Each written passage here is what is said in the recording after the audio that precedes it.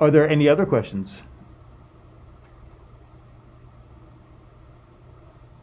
Before, yes, On the presentation, yes. I'm taking a live interview, so I decided to do it that way instead of using something previously. So I'm doing a live job fair. I'm actually going through the motions now. So you will see that on my presentation, the outcome of getting the job and so on. So I decided to do it in that way. Okay, fair enough. Any other questions? And that is the assignment that's due this week, is the career presentation. If anybody, That's good on PowerPoint, right? yep, the PowerPoint, yep. If anybody has, wants to go over there, so we can do that. Let's see here. I also wanted to show you all this. So I know when I mentioned a couple weeks ago that really in formal writing, you should avoid using contractions. And some people, I don't actually think it was the Monday class, had a stronger reaction. But the reaction was like, that's stupid, right? Basically. I mean, they didn't say that, but that's stupid. But in my my rejoinder to that was, one, it's more formal to not use contractions, and two, using contractions provides more opportunity for error. Okay, and now they didn't believe that either. There are 5 contractions in this short piece. This is actual work submitted by a student. Can you find the 2 mistakes?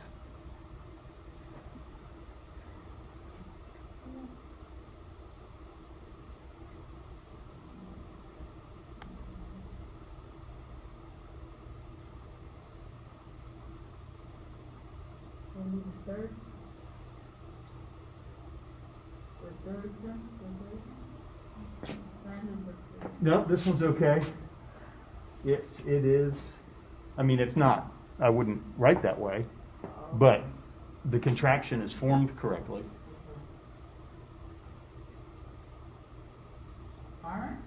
Your? Your and what? Yeah. So this is supposed to be a contraction. It's not.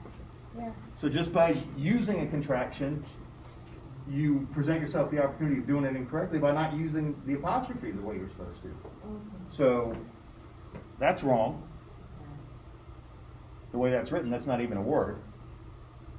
And then this, it's the wrong your. This is supposed to be you are. Your. This is saying that this out belongs to this person. That doesn't make sense. So if this person had been taking my advice and not using contractions, they would have written out what is, and they would have written out you are, and they would have not had points deducted for both of those mistakes. Not to mention, in this assignment, we are emailing our staff, correct? Correct. So this person, how do they appear to their staff now? Their staff is like, why is he my boss? Right? I think I'm better qualified for this job.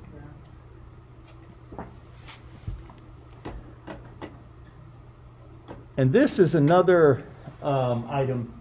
So, and this is in a different class. But I just wanted to show, we spent the beginning of this class talking about parts of speech. And that can seem sort of rudimentary or elementary. But the reason we do that is if you have just a rudimentary understanding of part of speech, it's going to help with your writing, because hopefully you'll understand how words are used. And this is a vocabulary assignment where students are to use their vocabulary words in a sentence. And so this student wants to, and we talked a little bit about the history of English, and we talked about that English gets its meaning from word order, okay? Which means there's very common patterns for sentence construction in English. The most common is subject, verb, and then some type of object. In a simple action sentence, it would be, like Jim kicked the ball. Jim subject, kicked verb, ball object. But most sentences are a little bit more complicated than that. But this person really likes that sentence structure, but they're using the words in ways they're not supposed to be. So, let's see here. They define this word as a noun, but then they want to use it as an adjective. Okay, so if you know this word is a noun, then you know how it's going to be used in a sentence. We talked about it in class, and it's in the PowerPoint on grammar. Nouns are used as subjects of sentences and as objects. Okay? And this is spot for an adjective. The speaker was very eloquent with the poem. Now, they could have said eloquent, but that's not the word we asked for them to define.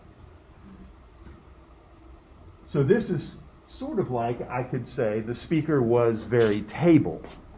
Right? Table's a noun. It's not going to work in that spot. It just simply won't function that way. That's not how nouns function. And they've done it several times in this assignment. And then here, this is a fine place for an adjective, but the meaning doesn't really work. This would be like saying, well, the police were tall as they escorted the president. Well, okay, who cares? It doesn't really work with the meaning of the sentence. So this is why just even a little bit of understanding of part of speech helps one form sentences effectively. Because one can know, okay, this won't work there. This is not where this part of speech goes. Any questions about that? Okay.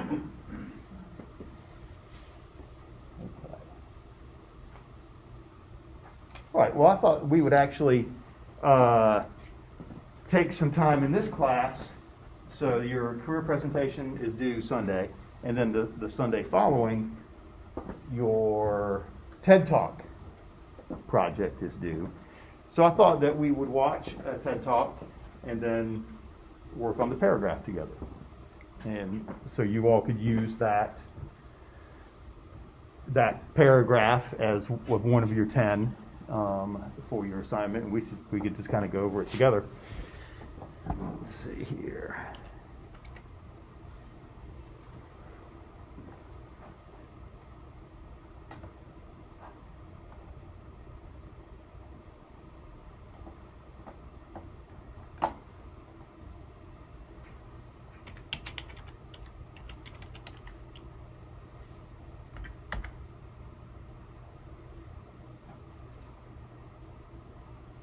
Are we going over the claim letter today?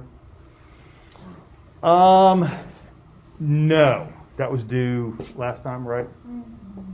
Yeah, when I grade those, I'll have individual feedback for everybody so you can see specifically what applies to yours and what doesn't. If it was like a test where all the answers were the same, I might see the benefit to doing it as a group because every answer should be the same. So, but everyone's letter is going to be a little bit different. Let's see if we can. I need clarity. So you said we're going to do a TED Talk presentation? He's on play one we can all write a paragraph on. Okay. So in a couple weeks you have due. We talked about it last week. We have to watch 10 TED Talks. Right. Yeah. Okay. So we're going to do one today. If the internet ever Yeah. starts to respond here, then we will.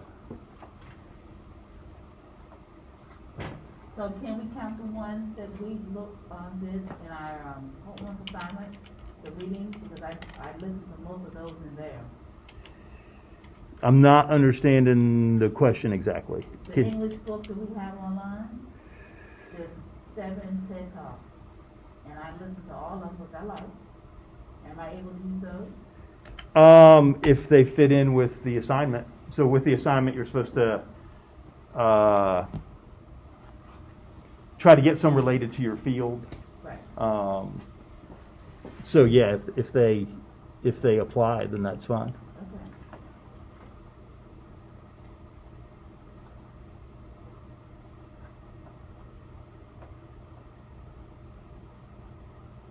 Okay. Okay, so this is the guy I told you all about last time that teaches at the University of Georgia.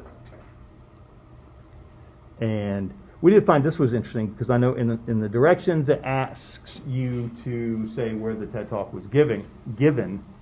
What's interesting about this one is, so this is sort of the independent TED event, not necessarily put on by the company TED Talks, at the University of Georgia.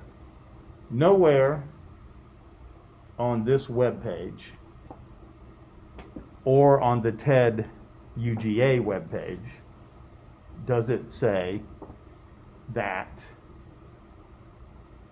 the TED Talks take place at the University of Georgia, or that the University of Georgia is in Athens, Georgia. So if you didn't know what UGA was, like if you weren't, whatever we are, 50 miles from the school, you might not know. Like if you were in Ontario, Canada, watching this, you may have no idea, and you would not. You would have to take extra steps to figure it out. I guess here in his biography is the only place it's mentioned. Okay, but anyway, so I thought we'd watch this, and then we could write a paragraph about it together, and it can be one for your assignment.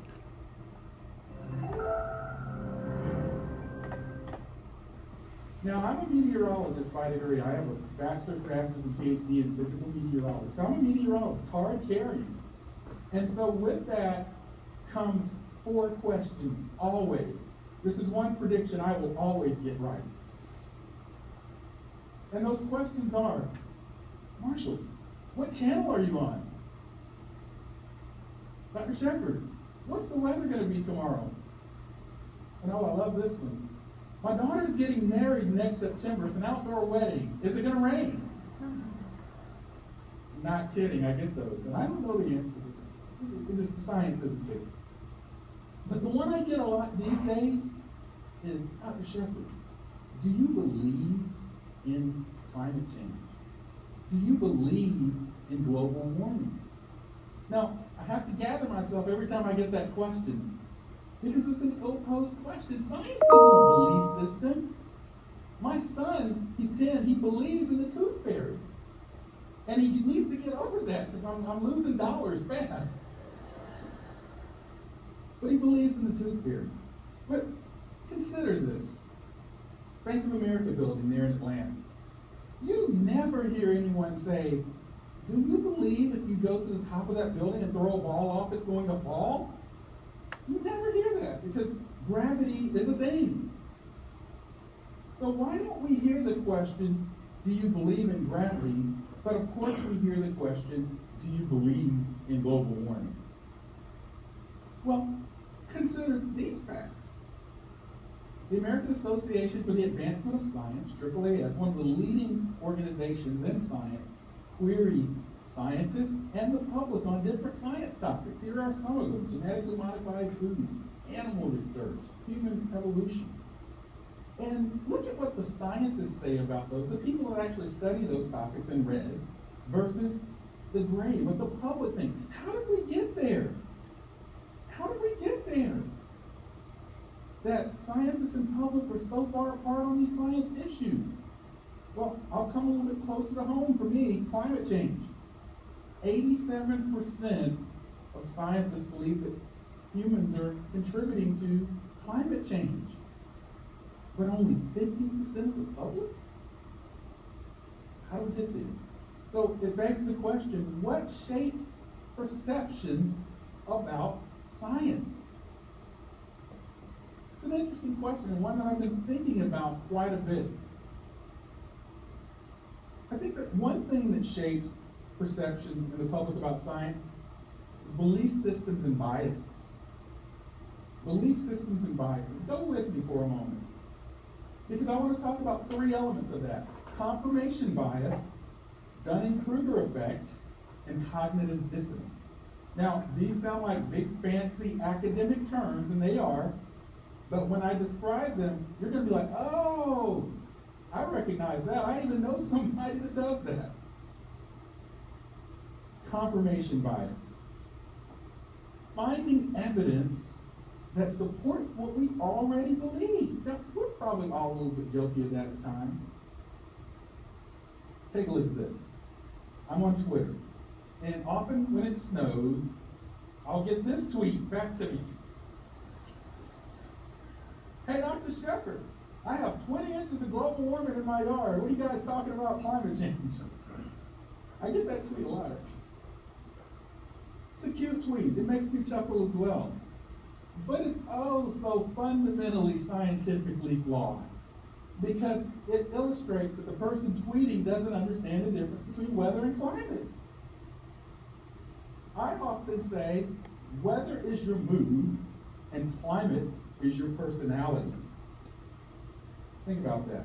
Weather is your mood, climate is your personality. Your mood today doesn't necessarily tell me anything about your personality, nor does a cold day tell me anything about climate change, or a hot day for that matter.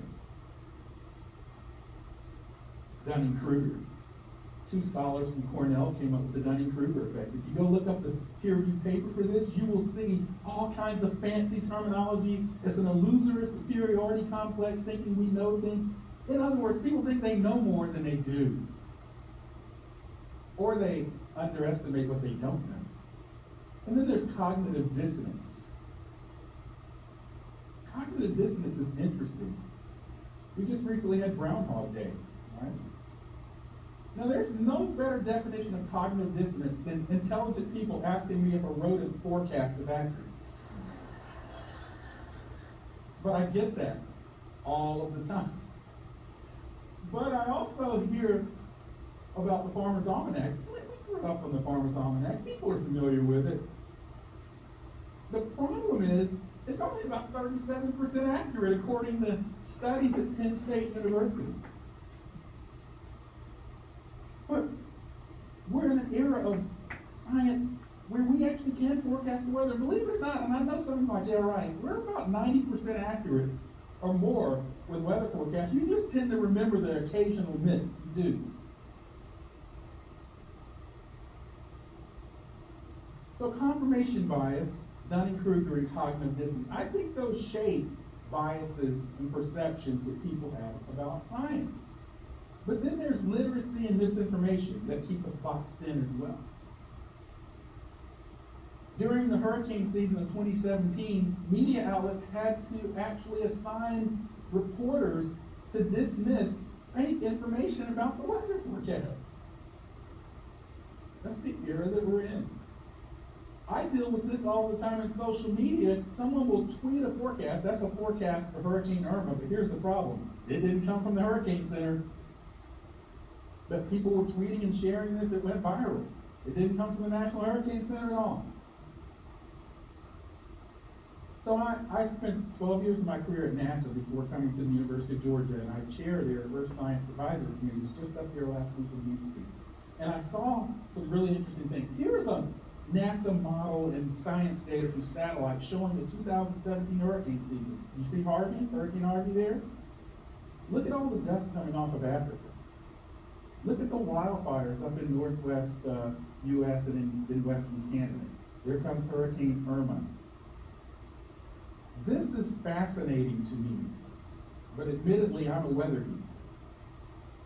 But more importantly, it illustrates that we have the technology to not only observe the weather and climate system, but predict it. There's scientific understanding. So there's no need for some of those perceptions and biases that we've been talking about. We have knowledge. But then think about this. This is Houston, Texas, after Hurricane Harvey. Now, I write a contribution for Forbes magazine periodically, and I wrote an article a week before Hurricane Harvey made landfall saying there's probably going to be 40 to 50 inches of rainfall. I wrote that a week before it happened. But yet when you talk to people in Houston, people were saying, we had no idea it was going to be this bad. I'm just... A week before. But I know it's amusing, but the reality is we all struggle with perceiving something outside of our experience level. People in Houston get rain all of the time. They flood all of the time. But they've never experienced that. Houston gets about 34 inches of rainfall for the entire year. They got 50 inches in 3 days. That's an anomaly event. That's outside of the norm. So belief systems and biases, literacy and misinformation, how do we step out of the boxes that are cornering our perceptions? Well, we don't even have to go to Houston. We can come very close to home. Remember Snowpocalypse? Snowmageddon? Snowzilla? Whatever you want to call it? All 2 inches of it. 2 inches of snow shut the city of Atlanta down. Well, the reality is, we were in winter storm watch, we went to a winter weather advisory, and a lot of people perceive that as being a downgrade. Oh, it's not going to be as bad. When in fact, that wasn't the perception, was that it's not going to be as bad, but it was actually an upgrade. Things were getting worse as the models were coming in. So that's an example of how we get boxed in by our perception. So the question becomes, how do we expand our radius? Area of the circle is pi r squared. We increase the radius, we increase the area. How do we expand our radius of understanding about science? Here are my thoughts. You take inventory of your own biases. And I'm challenging you all to do that. Take an inventory of your own biases. Where do they come from? Your upbringing, your political perspective, your faith. What shapes your own biases? Then evaluate your sources. Where do you get your information on science? Where do you read? Where do you listen to consume your information on science? And then it's important to speak out. Talk about how you evaluated your biases and evaluated your sources. And I want you to listen to this little 40-second clip from one of the top TV meteorologists in the U.S., Greg Fishel, in the Raleigh-Durham area. He's revered in that region, but he was a climate skeptic. But listen to what he says about speaking out. Making and didn't realize until very recently was that I was only looking for information to support what I already thought and was not interested in listening to anything contrary. And so I woke up one morning and there was this question in my mind about, Greg, are you engaging in confirmation bias? Are you only looking for information to support what you already think? And if I was honest with myself, and I tried to be, I admitted that was going on.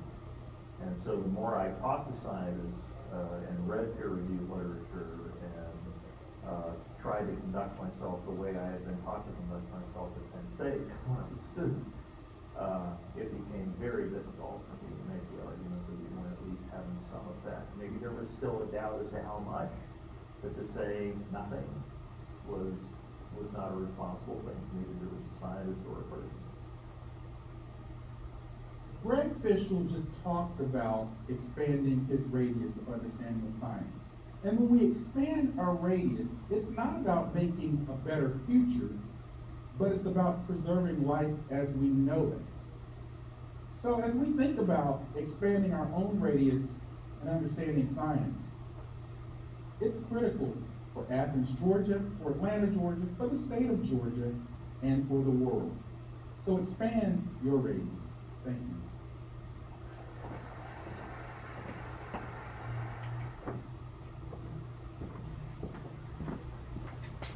How many different points you made? Yes, he did. What were some of the points that you took from that? The number one was what he ended with the biased thinking and supporting your thought process with additional information and not trying to be, devil's advocate to your own thinking or your own thought or your own beliefs. Remaining ignorant by choice. So he brought up three,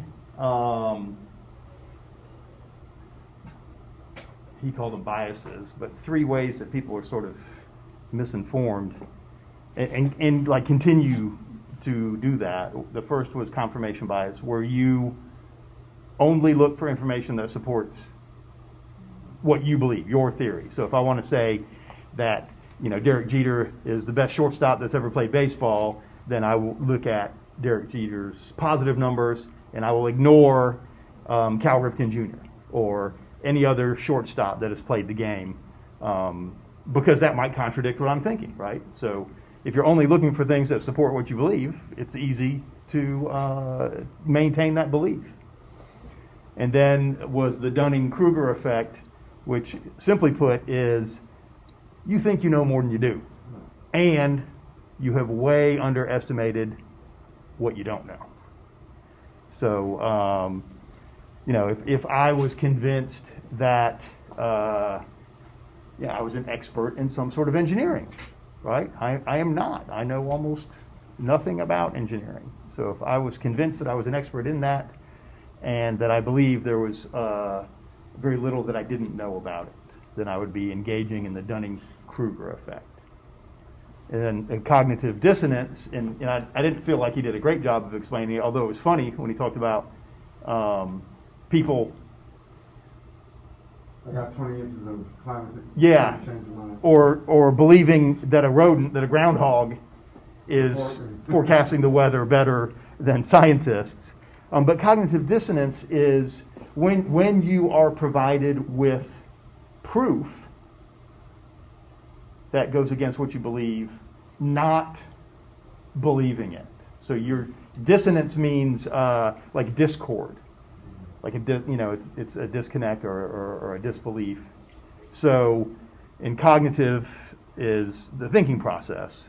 So if you are, if you think the world's flat, and people start showing you pictures from outer space, and you continue to choose to believe that the world is flat, that's cognitive dissonance. You have been given some proof that your belief is not correct, and yet you continue to embrace that belief, and sometimes have to work really hard to do so, right? Those pictures aren't real because no one's ever been to space. That was all done in a Hollywood studio, right? These are all fake. So it requires a lot of work to maintain that cognitive dissonance. And then further studies find that people who engage in that behavior tend to hold those beliefs more strongly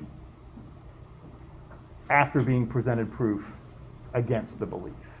So they'll give people surveys, do you believe in this? Somewhat, blah, blah, strongly, very strongly.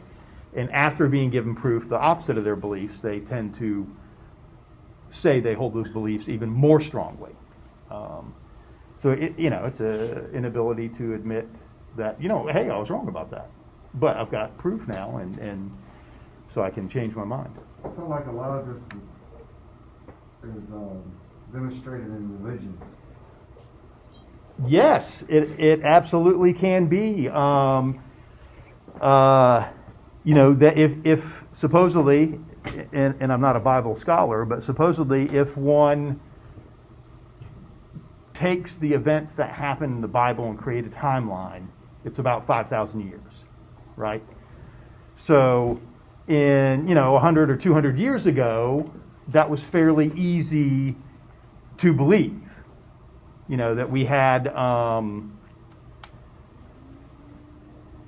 we knew the Romans were around the time of Jesus, and we had the Greeks a little bit before that, and we have some things from some of the Chinese dynasties, a few thousand years before that. But that was really all we had, right? So, okay, that'll work.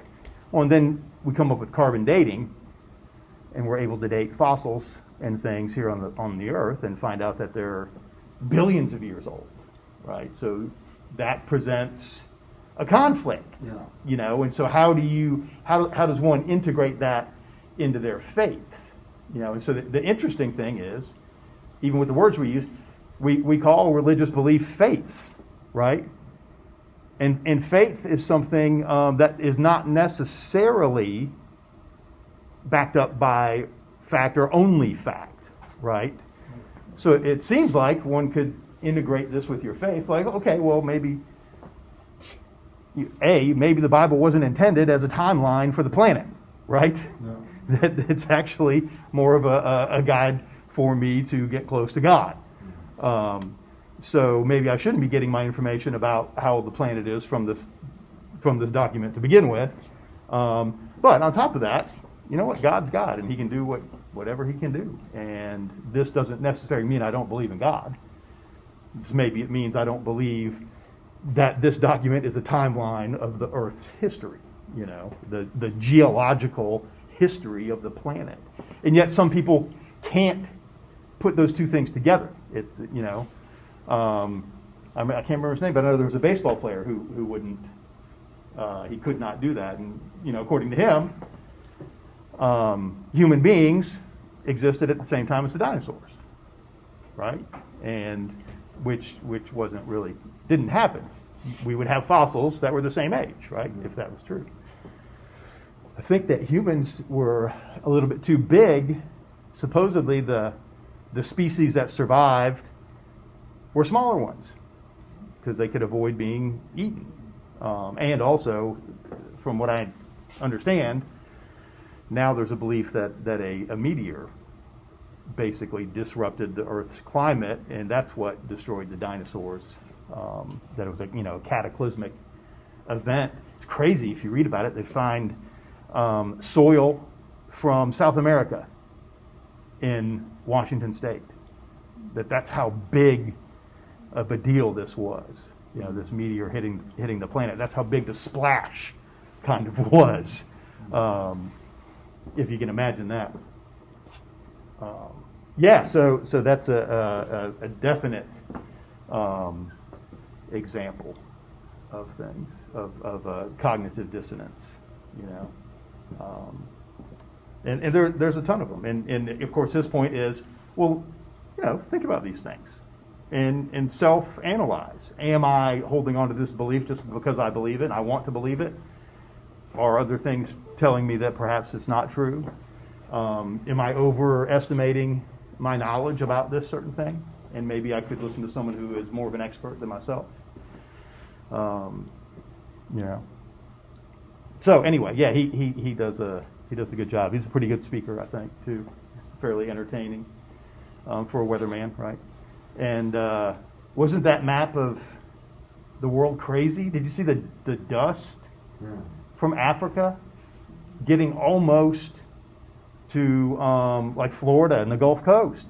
That's crazy. Did you see the smoke from the wildfires? Did get to like Greenland. You know, and that's the crazy thing too. When geologists do their experiments and their research, so let's say in another 1,000,000 years, if the planet's still here, they can probably find ice samples with those smoke molecules from California. And they'll think, wow, you know, these fires were so big that the smoke traveled that far. You know, it's crazy to think. All right, so I thought that we could work together and write a paragraph about that if you wanted. Let's see here. Let's make this a little smaller. And let's go here.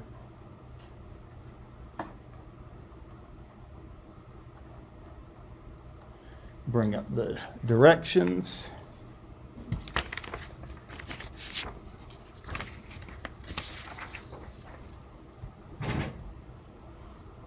And I can email this to you all.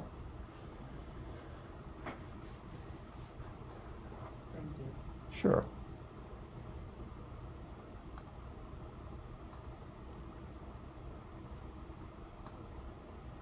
All right, so I'm not going to put the page number in the header because that should have your name as well. So I'm going to let you do that. And I'm not going to put our MLA heading. I'm trying to think. I guess I could, but you have to remember to put your name above mine.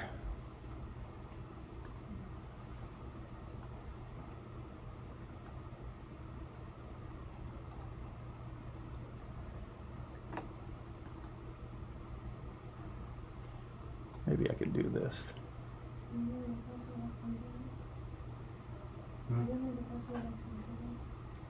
Oh, no, I'm on my personal computer. It's your password when you're at home. Uh-huh.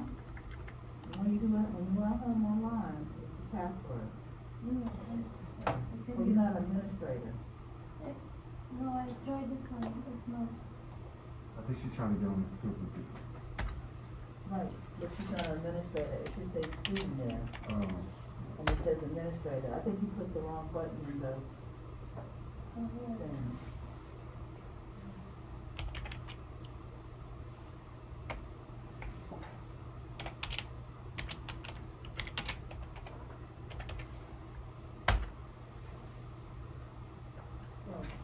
See, ma'am, go down, see your left corner, Here, yeah, click that one. other user. Your other user. Okay, now you should be able to put this all down. Your User student. name.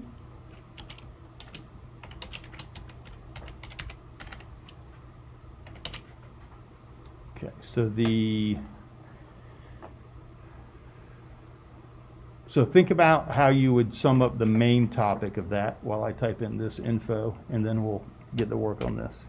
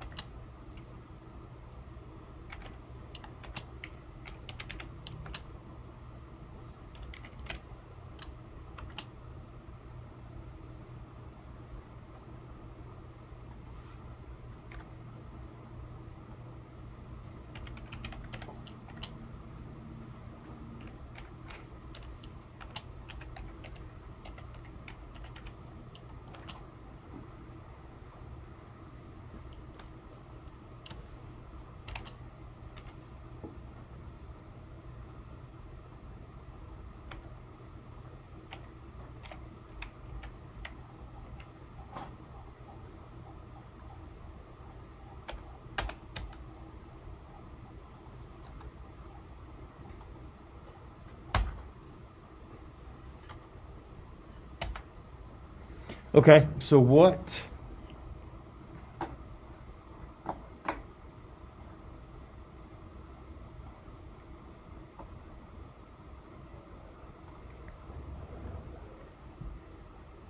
How would you summarize this?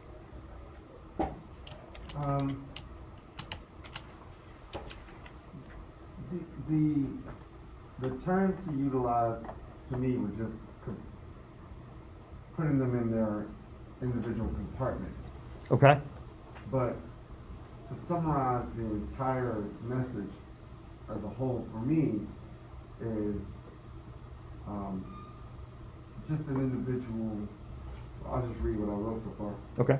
Not allowing yourself to believe anything other than what you already believe is a choice to remain ignorant due to stubbornness. If information is presented to you and you ignore it because it does not support your belief that this is nothing more than a need to be right and a maximum effort not to be wrong. I believe as a person's maturity level increases, they will be more open to receive information and utilize it properly. Yeah, it does indicate, like you said, a value more about being correct, or maybe more accurately, not admitting when it's wrong, Yes. than in actually having knowledge. So as a summary for the whole thing, what was your first sentence again? Not allowing yourself to believe anything other than what you already believe is a choice to remain ignorant due to stubbornness.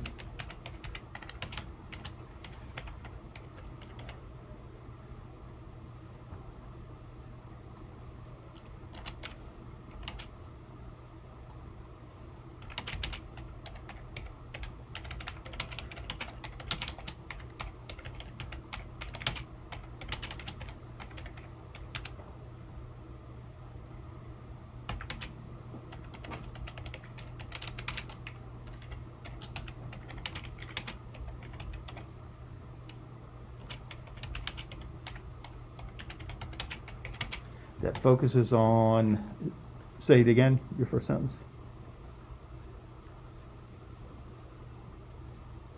I said not allowing yourself to believe anything other than what you already believe to be true is a choice to remain ignorant due to stubbornness.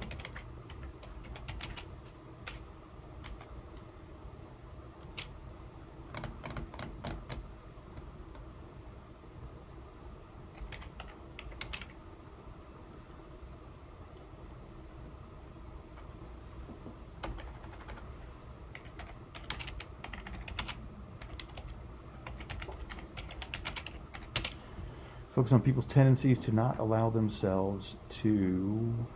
I'm sorry, can you say it one more time? Start from the beginning. Yes. Not allowing yourself to believe anything other than what you already believe to be true is the choice to remain ignorant due to stubbornness.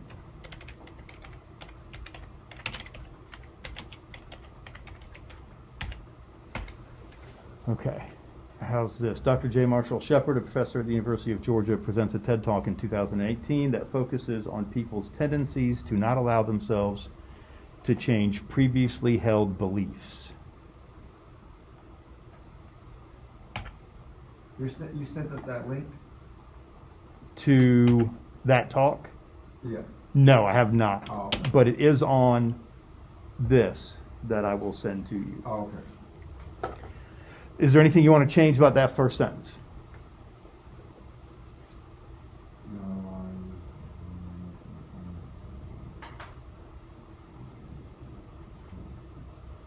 So, and we're working on basically a 2-sentence summary of the talk.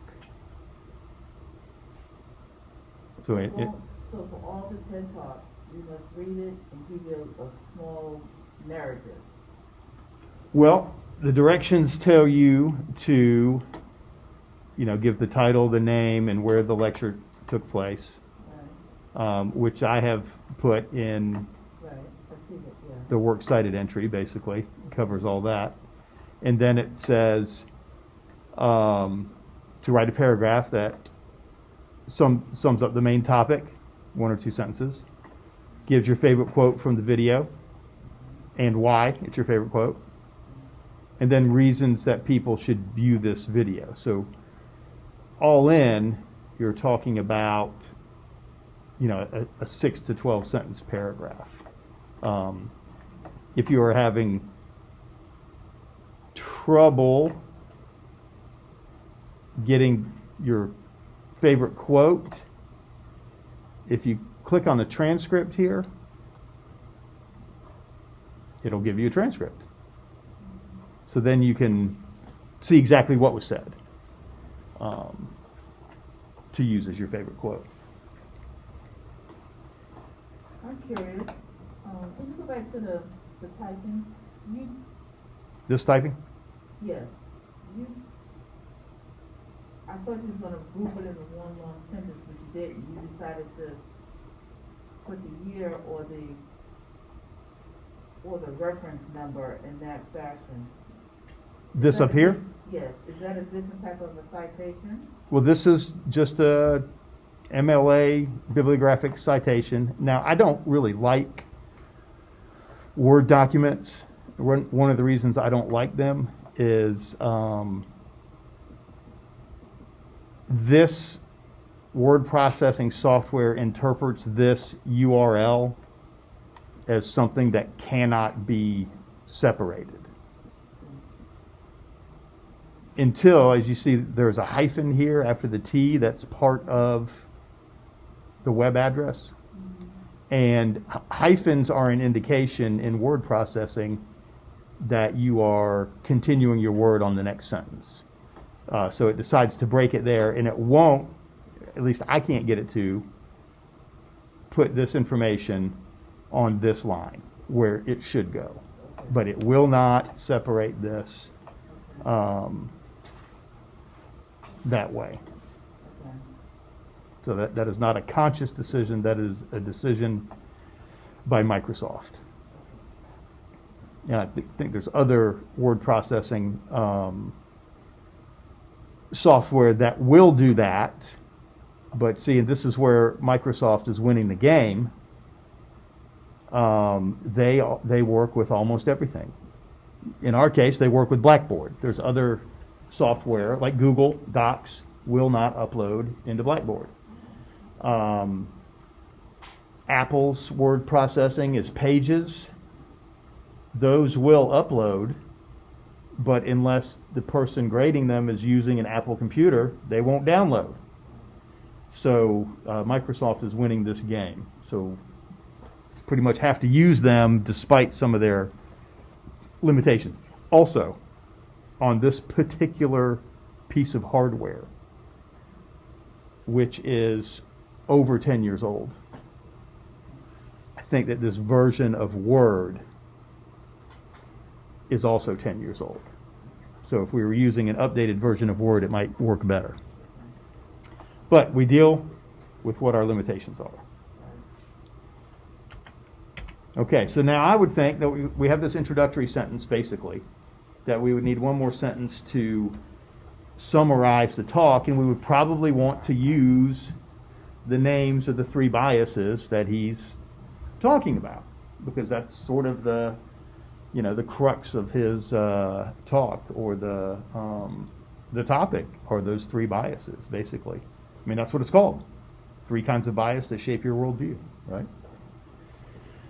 So I might write something like,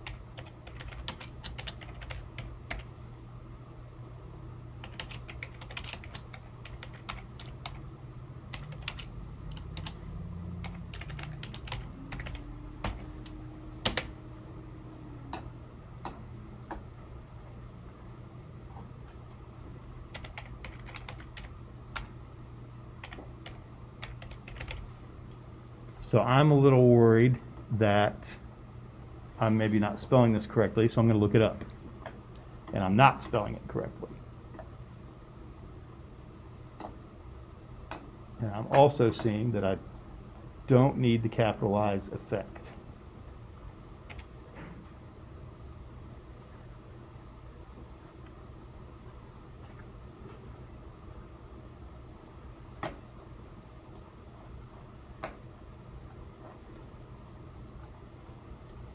I also am curious.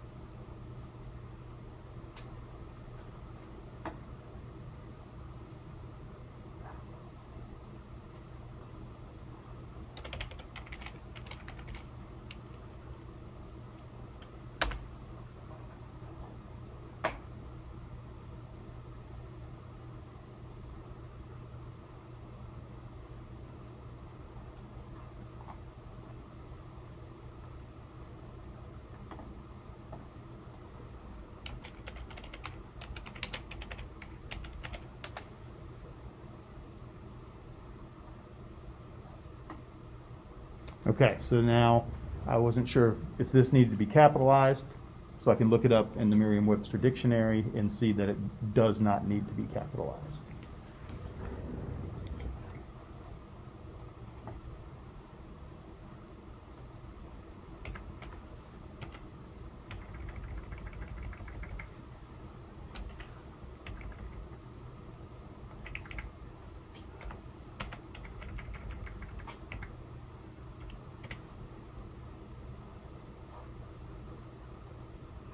Okay. Now, is that a good enough summary, do we think?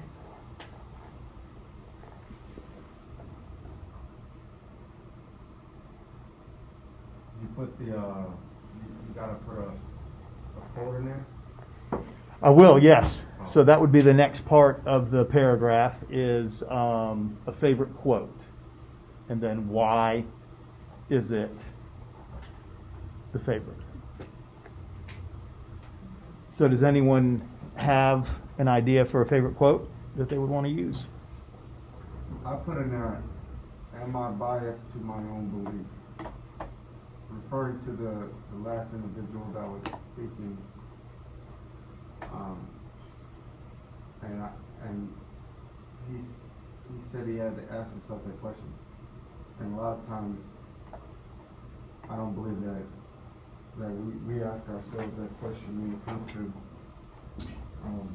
arguing or believing certain things, especially when it comes to religion.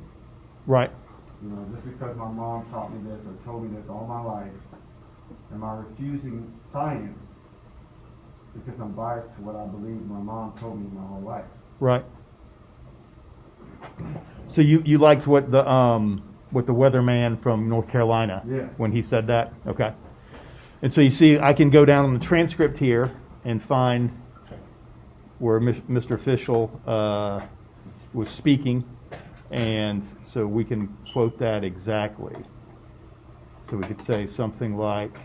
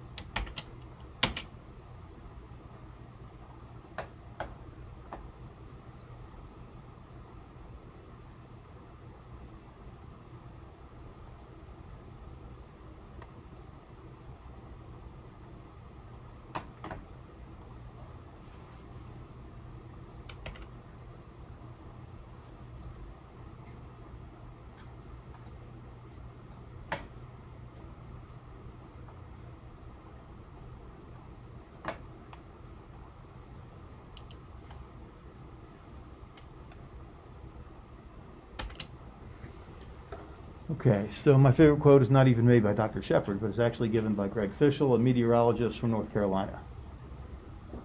Greg, are you engaging in confirmation bias? Are you only looking for information to support what you already think? And if I was honest with myself, and I tried to be, I admitted that was going on. I think that is kind of unclear, so I'm going to change that.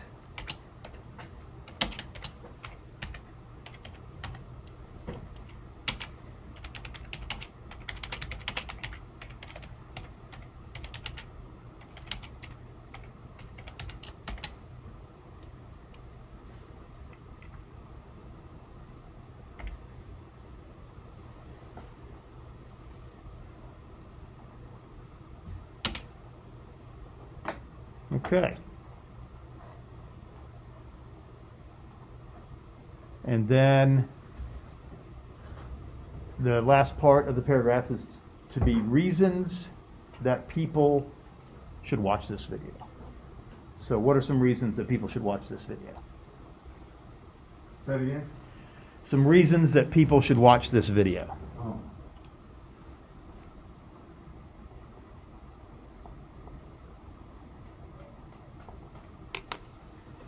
I would say it reminds us that we may be depending on our knowledge more than necessarily, more than we should. And we should always be having an open mind to learn more, because our ignorance most times will outweigh what we actually know. Okay. It's impossible to know more than you don't know. Right. But you also have to be willing to learn too. You find that people are not willing to learn these days. Right.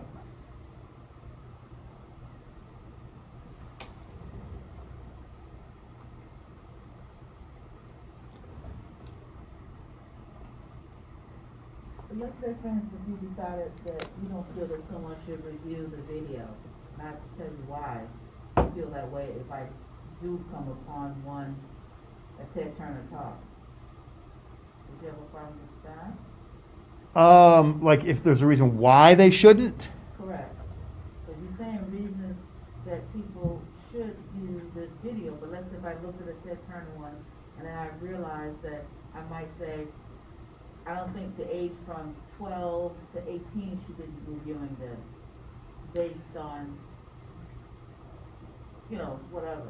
Am I able to have a... Well, I think you're asking two different questions. The first one is, I think that part of the assignment is you're supposed to be Right. choosing videos that you think people should watch. Right. B, if you think it's not appropriate for children, Right. then that's a different issue, and, Okay. and you may feel that would be necessary. Or even, I don't know if y'all have heard of things like trigger warnings, right? So like when I was young, you read Old Yeller or you watch Bambi and you get sad and you cry, right? Because it's sad. But nowadays, I guess I feel like it's important, especially in schools, where private citizens are entrusting the public basically to teach their children, to warn kids, and maybe like Old Yeller and Bambi are two simple examples, but that there are things that they might read later that could trigger people. For instance, a lot of Toni Morrison's work has some fairly violent depictions of the way that black people can be treated, and that could be triggering for some people. Yes.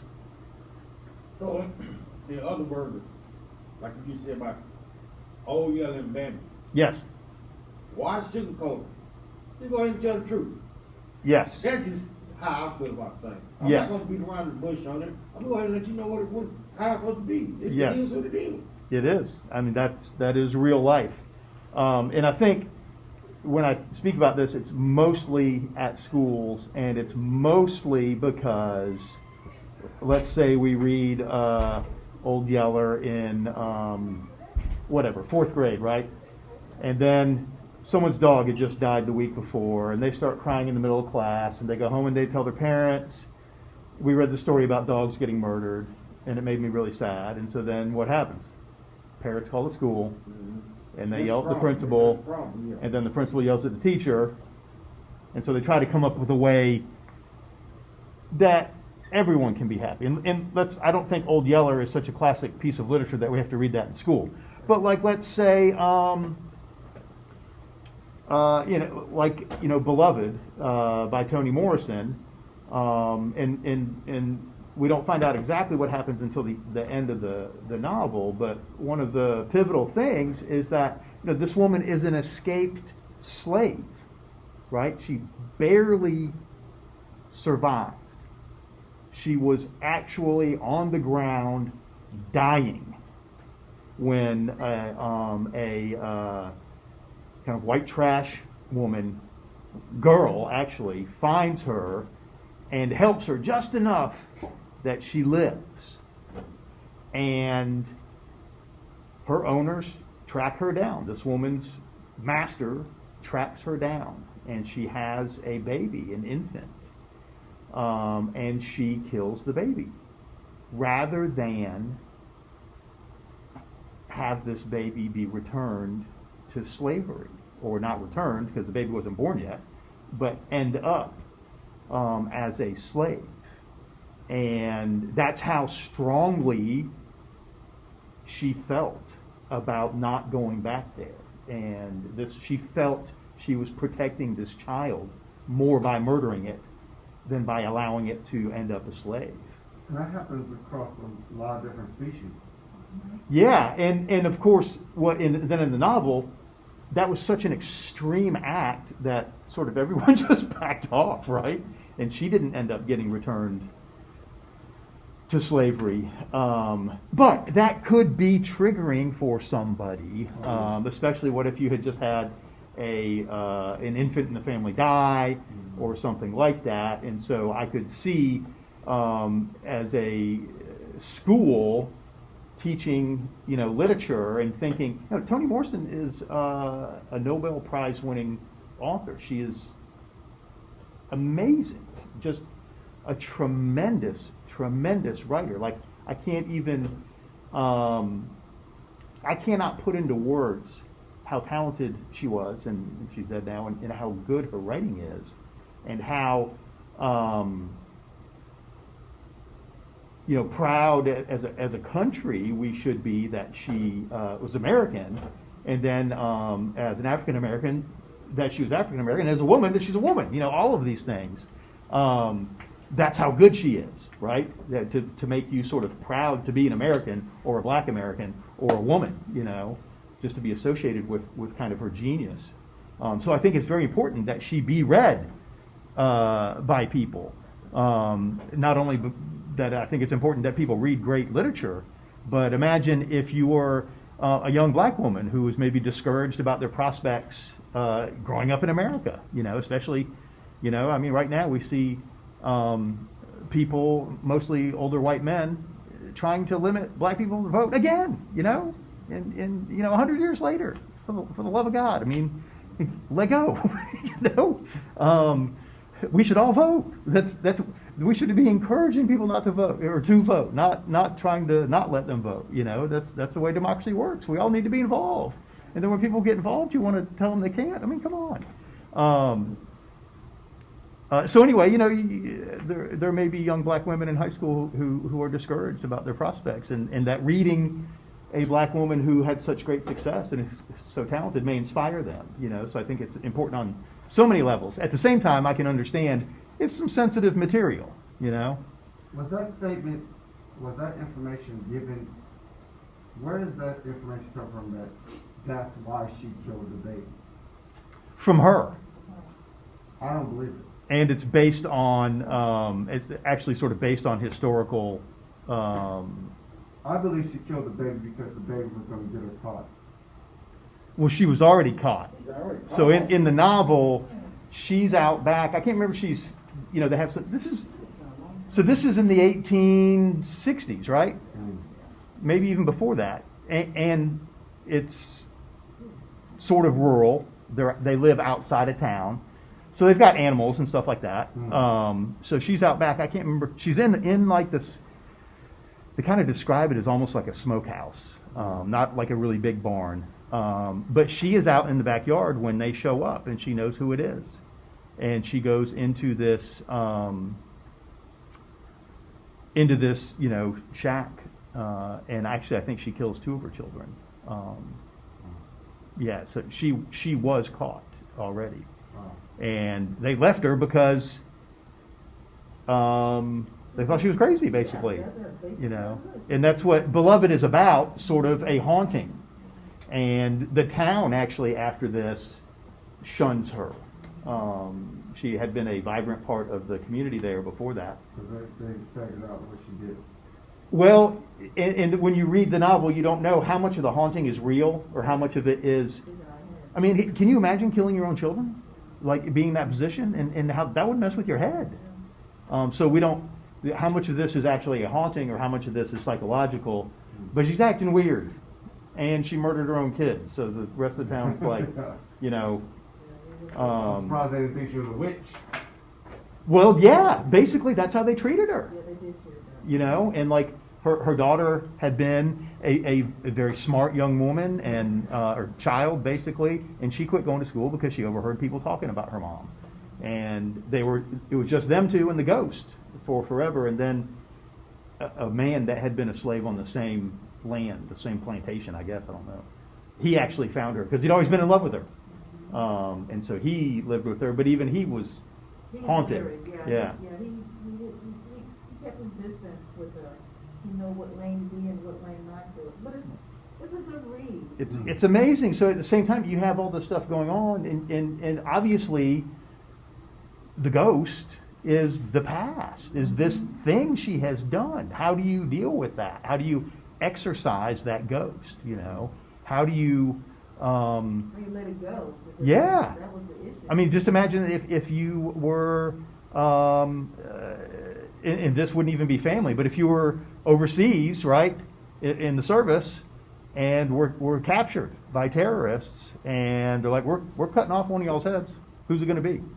How do you make that choice? And if you aren't the one, how do you live with that, survivor's how old guilt? was the baby at the time? I think she killed 2 of her kids, and one was, say, not older than a toddler, and one was a baby, Right. like And one infant. about 4 or 5 weeks, but she had to make a decision. Yeah. But then I can Or maybe she killed the baby and she had a knife to the child's throat, and they walked in, or a saw maybe it was, and they walked in and were able to get her to. Well, I got and I did read the book many moons ago, but at the gist of it, everyone is in their own situation. People need to live their lives. She had to make a decision. She made several decisions as far as I'm concerned in the book. And so I didn't know which way to go. But that was her own life and her own demons at the same time. So I can't walk her shoes. I can empathize with her and I can realize what she was going through. But she hasn't made a decision, and she made that decision based on the situation she was in. But I see, I don't know why, but I see the situation as almost common. It's what?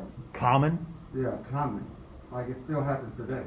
Like it happens all the time. like having to make choices. No, that mostly it's the mother, but mothers and fathers killing their children, and due to their own Oh, state of mind, yeah. state of mind, State of mind. whether they're driving off a bridge with the kids in the back of the car, or even if you just go as far as abortion, Right. a woman would probably still, depending on how long she had to be, she still has to deal with that True. afterwards. And what was her situation and circumstances? What was the condition? When I was in the military, we had women that had to make the decision: have your baby or keep your career. Yep. Yeah. Well, and I'm sure that there are women in America You know that, what I'm saying? that feel that way. And then what happens after that? You Yes. know, and then what happens if the career doesn't work out? Now she has to live with I decided to have an abortion for something that didn't even work out in the first place. Well, I think what makes great literature great is that you're exactly right, that the decision and almost kind of the mechanism of the decision can be, if not the same, very similar for many people in many different time periods. But you know, the one she presents is maybe a little more stark, right? A little more sort of huge and overwhelming, as opposed to somebody thinking, you know, if I have this, you know, I had a one night stand, and if I have this child, it's going to ruin my career. So what do I do? But the same, you know, these are the same types of decisions, and I think Same that, consequence. yeah, and I think that that's what great literature does, is it makes us think about these things, and it makes you try to put yourself into the shoes of that person. What would I do? What would I do? What is the courageous thing to do? Was the courageous thing to kill the child, or was that the cowardly thing? And you know, what would I do? Would I just go back and be a slave and try to do the best I could? And I think too, none of us having been slaves, it's hard to imagine. I cannot imagine, but I do know we went to a great lot of trouble in this country to sort of present slavery in a way better light than it was, you know, with things like Gone with the Wind, you know, and they called those plantation narratives. Booker T. Washington, in some of his work, even engages in that, as far as, you know, I knew slaves that would have defended their masters if the Union troops had you know, arrived on the plantation, which I'm not sure how he would have known. He was very young when the war ended. Or, you know, portray the dumb white master, right? That these white folk couldn't have lived without their slaves, you know, which is maybe more true than the other narrative he was trying to push. But I just have a suspicion that it wasn't fun, you know, that these were not good times. That I do know there were people that lived on a piece of bread a day, you know. We would consider that inhumane treatment of prisoners of war, wouldn't we? And that was these people's lives. You know, I've heard people say, well, you know, people say that about prison too. Well, you got a roof over your head, and I think at the cab you get 2 meals a day, you know. It's better than being homeless. I don't know. Is it? I'm certainly thinking. Well, I feel people put themselves in these situations. In like prison, you could say that. I'm talking about anything in life. I just feel that you put yourselves in those situations, because if you have time to reflect and think before you make decisions, you know the difference between right and wrong. Every child knows. Well, I think that and that's sort It's of, taught right here from when you just live That's in the right. household. Till you grown up, it's taught. It's in your It's head. in your head. and I think that's the difference, like with prison and with things like war. There aren't just two choices. Like, your choice isn't just prison and not prison. Like, you made the choice to engage in behaviors. But with slavery, there's no choice ever. True. No choice. It was. Well, there's the choice, death. Yeah. Yeah, there is, and I know that A lot of people some don't. slaves did Yeah, that. yeah, they did. Absolutely, I can't imagine. In I think on some level, the ability of human beings to maintain hope is just tremendous. Because if you can imagine knowing no other life, and knowing that your parents were slaves, and their parents were slaves, and their parents were slaves, and yet still having, you know, this bit of hope and optimism to get through the day, and think at some point things would be better. But it will. It does come. I don't care how you slice it. I mean, I'm sorry, I'm going from the old path. I do believe in hope, and I believe in faith all the way through, regardless. It took you 15 to 20 years to see the light. It took you that long. It took you that long. I don't think it has anything to do with hope. I think it has to do with conditioning. Like this is just what you Humans do. are the ability to become accustomed to their conditions and circumstances. Oh, they definitely It do. doesn't matter Yep. if you're in slavery, It's true. you're in war, Yeah. you're in school, That's you're true. a parent, you're single, it becomes a norm. So if I have to get up and pick cotton, and I gotta go and clean these intestines and we eat that and our bellies are full and then we go to sleep and then we do it again tomorrow. You sacrifice. You sacrifice. Well, it's not even sacrifice because it's my norm. Right. Well, It's and what I did my whole life. ultimately, I grew up here. ultimately, I think that's what would be called, solving an existential dilemma. And of course, in the early and mid 1900s, existentialism was a thing that people, in a large part, used to get their meaning or their reason for living from the church. Right. And during the 1900s, especially, you got to think, 9 million people died in World War I. Immediately after World War I, 50 million people died from the Spanish flu. So a big chunk of the world population died in a few years. And that was very angsty. People were discouraged. And so this idea that you have to come up with a reason for you to live, as opposed to it being provided from outside. And I do think that human beings do have a great capacity for that. That even though I am a slave, these things are worth living for. Even though I am a prisoner of war, these things are worth living for. Even though whatever job it is that I hate and don't feel fulfilled by, these other things are worth living for. Do you miss eating caviar? Do you miss driving a Bentley?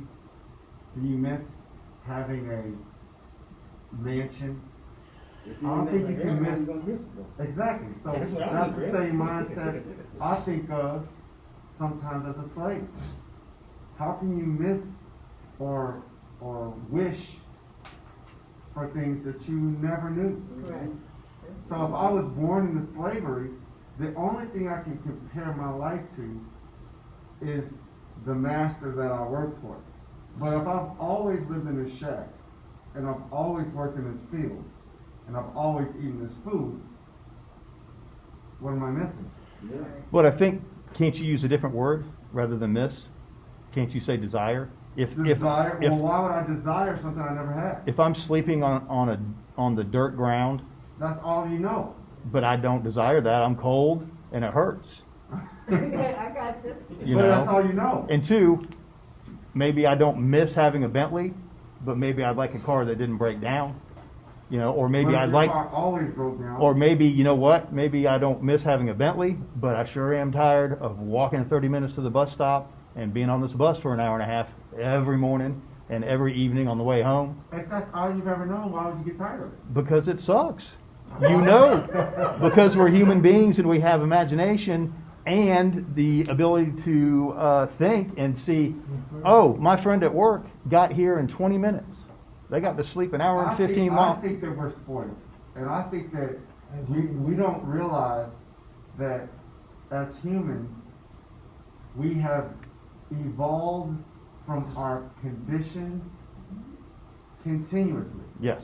And as we evolve, we look back and we're like, man, that must have sucked. Well, you know what? But I slept on the ground. I can- as a Marine. I can agree. And when I used to sleep out there, at first, the first week was trash. But after that, I was fine. But see, I think you're fine. you're That's what I think. conflating arguments again too. You chose to join the Marines. Yes. You didn't choose to be a slave. right. Right. But I was And using the difference two, of I think, conditions. hang on one second. It's one thing to say, man, like I think being a farmer would have sucked. No. Let's say it's 1910, you got no plumbing, you got no electricity, you got to get up every morning and cook this huge breakfast, you got to go milk the cows before you do that, you got to get the eggs, you got to save this stuff that's left over from breakfast, turn it into dinner for tonight, I think that would have been a lot of hard work. Yes, I can say that's being spoiled, but to say, oh, those people were slaves, they're wanting something they couldn't have it. The humans before the first human ever made fire. Oh, yeah. Yeah, it would have been Think terrible. about this. Why did he even need fire? He or she grew up their entire life without it. Yep. They drank the water, they ate the food, They were used to the climate. They didn't need fire at all. And everything they had was combustible. So fire was the last thing they probably ever wanted. But for some reason, someone decided to create it. Heat, light, protection. Didn't need it. They lived You lived. their entire life without it. Yeah. True, So but they didn't need it. Right, some of them died from freezing to death. right. So We don't those- know that We because we don't know what the that. climate was. That's right. We don't know how their body was covered. Well, I do know sometimes people freeze to death today, Yes, that's because of climate difference. so I'm pretty sure that some people froze to death then. I But believe. either way, if you're miserable and cold, don't you want to be warm? Yeah, even Sure. if they didn't make a fire, Yeah. they probably like, common sense like, okay, if I put on this layer, Uh-huh. I'm not as cold. If I put on another layer, I'm not as cold. But this is what you don't. Okay, let me ask you a question. How much fat does a cow eat? None, All right. So how does a cow have fat on it? because it's not exercising. No. No. Because the brain has the ability to take carbohydrates, break them down into sugars, and store them as fat, right? Right. Okay, so the body and the brain has the ability to always adjust to its environment, Correct. right? You may have to only eat, and you may only have heat in some way. There's something that your body did to be able to metabolize itself and adjust its either But that's fat content or its blood. that's something that happens over thousands and thousands of Exactly. years, not in a But that's lifetime. how that's how the human race always lived. The reason that the human race is on the top of the food chain is if we're cold, we kill a cow and make a coat, and we go move That's probably north. what they did. But other animals can't do that. Correct. Right. That's the reason we're on the top. Go ahead. Yeah, and I was just wondering, like, but King, is that the truth for all humans? You know what I'm saying? Like, when you think about like things about like the survival of the fittest, or like how like over time people develop, to be able to survive. That's the only reason why we're here. That's correct. But the other thing is too, think about, because we tend to think of survival of the fittest, meaning the most dangerous, the most capable creature lives, right? No, not necessarily. What's more successful, the dog or the wolf? The wolf is almost extinct, whereas there's so many dogs on the planet we kill them, right? The dog is not more capable, the dog is more cute.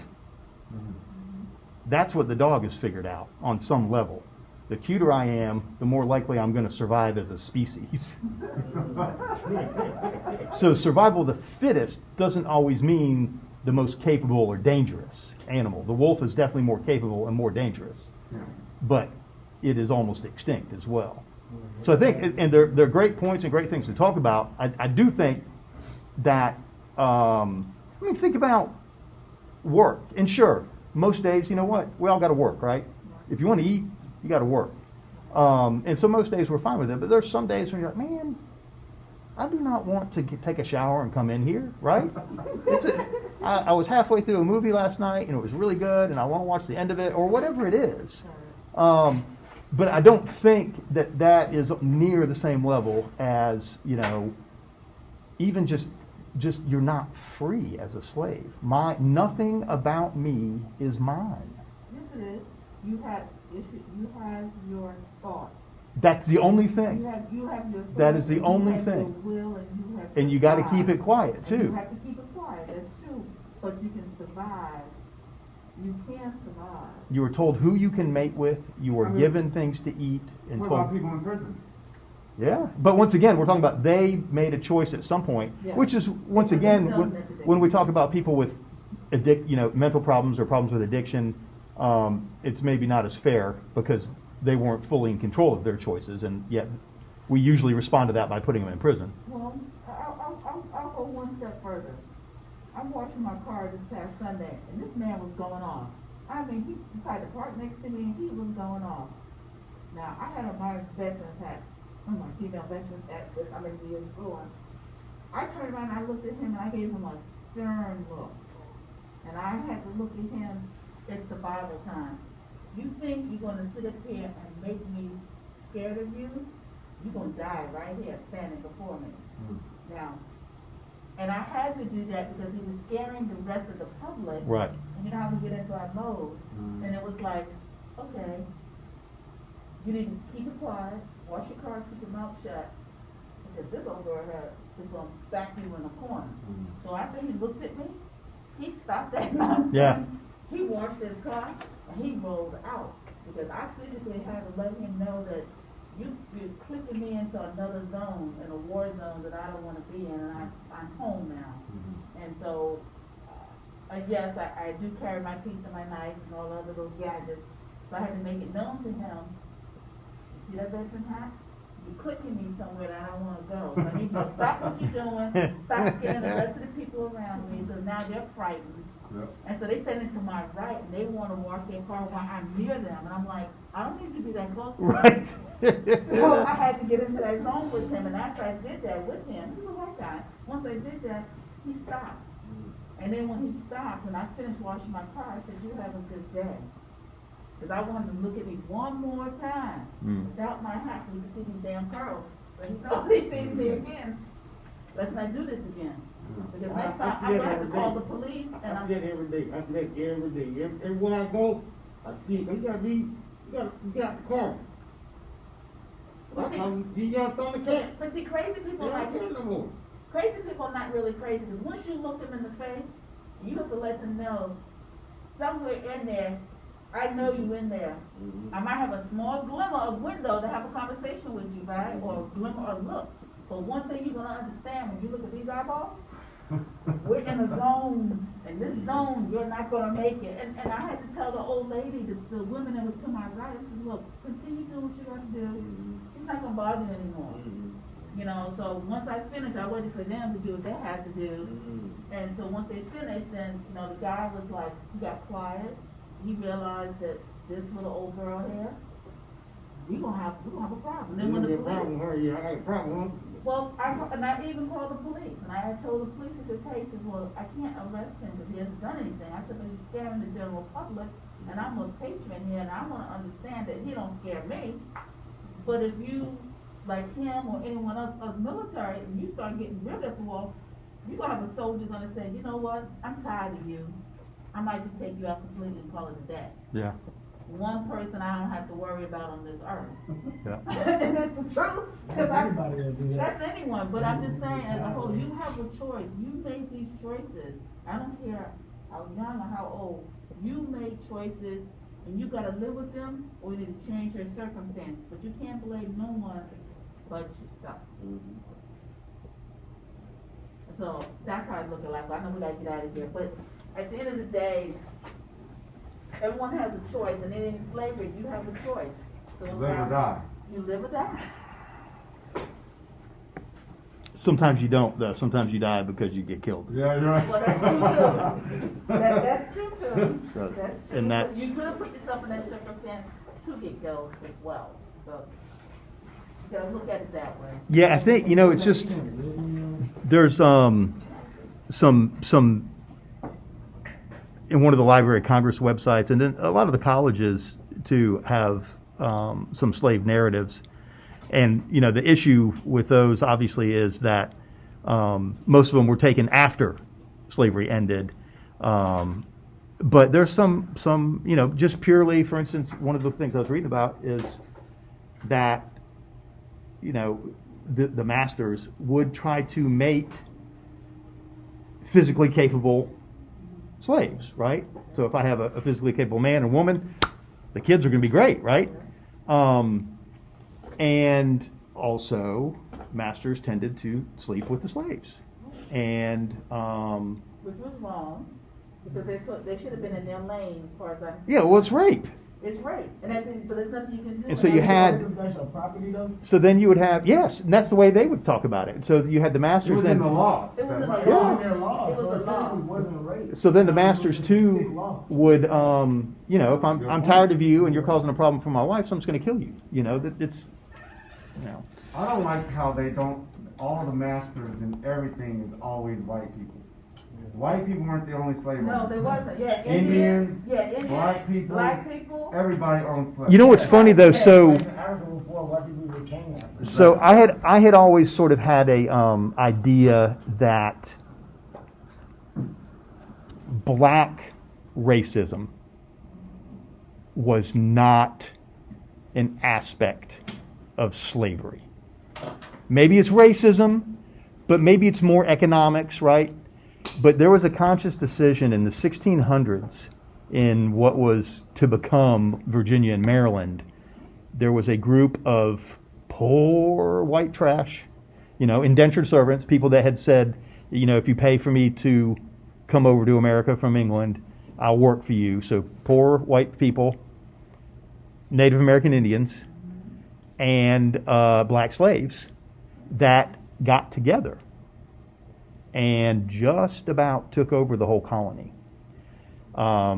It's like Baxter's Rebellion, starts with a B. So at that point, there was a conscious decision by the rich white people, basically, the white free people. We've got to divide these three groups.